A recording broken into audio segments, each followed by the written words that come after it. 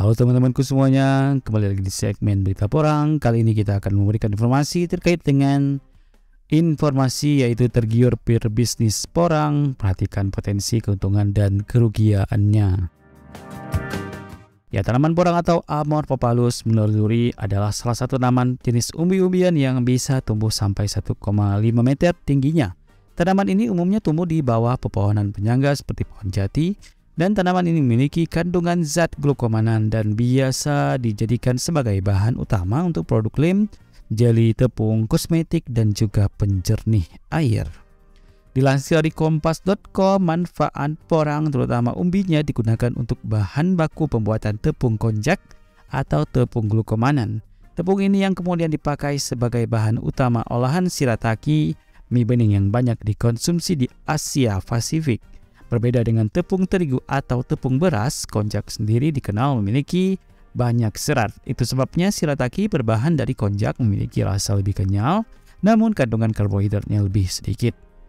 Ya, bisnis porang memang menyajikan dari mana potensi keuntungan yang cukup besar.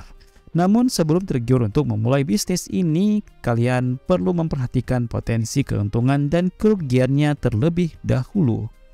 Yang pertama yaitu potensi keuntungannya. Yang pertama yaitu permintaan pasar yang tinggi. Ya, porang merupakan bahan baku penting dalam industri makanan dan farmasi. Permintaan pasar yang tinggi menjadi peluang bisnis porang yang menjanjikan. Potensi keuntungan yang kedua yaitu harga jual yang menguntungkan. Harga jual porang cukup tinggi sehingga jika bisnis porang berhasil, kamu dapat memperoleh keuntungan yang cukup besar. Potensi keuntungan yang ketiga yaitu modal usaha yang relatif kecil.